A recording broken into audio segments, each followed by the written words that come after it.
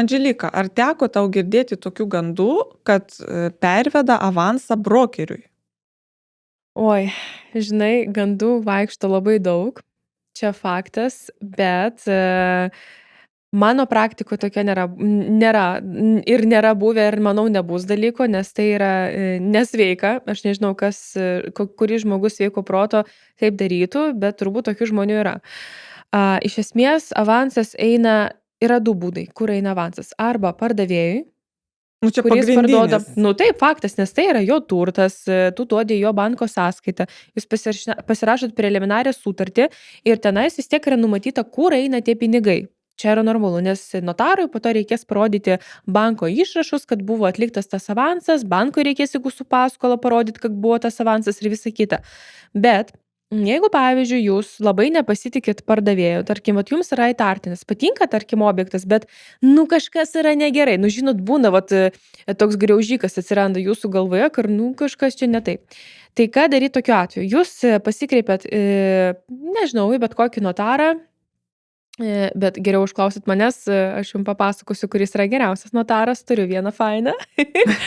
Tai va, pasikreipiat pas notarą ir jie jums sudaro preliminarią sutartį, ko puikiausiai, surenka visus dokumentus, patikrina tą objektą, dėl skolų, dėl areštų, dėl uzufruktų ir taip toliau, jeigu, pavyzdžiui, jūs kažko nematysite. Ir jūs galit pervesti į notaro tą, man atrodo, depozitinę sąskaitą vadinasi. Tai galit pervesti pinigus tenais.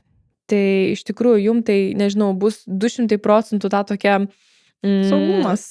Sauga, kad viskas bus gerai. Tik vienintelis niuansas yra toks, kad jeigu, pavyzdžiui, jūs darot preliminarią pervedot pinigus ir jūs, tarkim, pergalvojat, ar atsiranda kažkoks konfliktas, tai bus sunkiau su tais pinigais. Bus sunku juos grąžinti atgal. Gali būti, kad gal reikės, nežinau, teisminio kažkokio proceso, galbūt reikės kažkokių pasiaiškinimų. Dėl šito aš dėja negaliu tiksliai pasakyti, bet būna visokių niuansų. Bet esmė tokia, kad grąžinti jau bus žymiai sunkiau. Todėl prieš pervedant pinigus irgi gerai pagalvokite. Ir kas čia dar? Jums papildomai tai kainuos, nes vis tiek jūs samdot teisininkus, nes notarai tai yra teisininkai. Ir jūs mokat jiem už tai pinigus, už tai, kad jie viską patvirtina, sudaro. Ir kad Tai jie ir laikus pinigus. preliminarę paruošia ir pervedi jiems avansą. Ir po to, jeigu notarinis įvyksta, tai jie ir sutartį ruošia, bet tiesiog už tą pervedimą, kad jūs norit būti saugus, sumokat papildomai pinigų. Taip, tas saugumas jisai kainuoja, bet kartais ir verta pagalvoti, ar reikia galvoti tik apie pinigus, ar apie jūsų, nežinau, ateitį.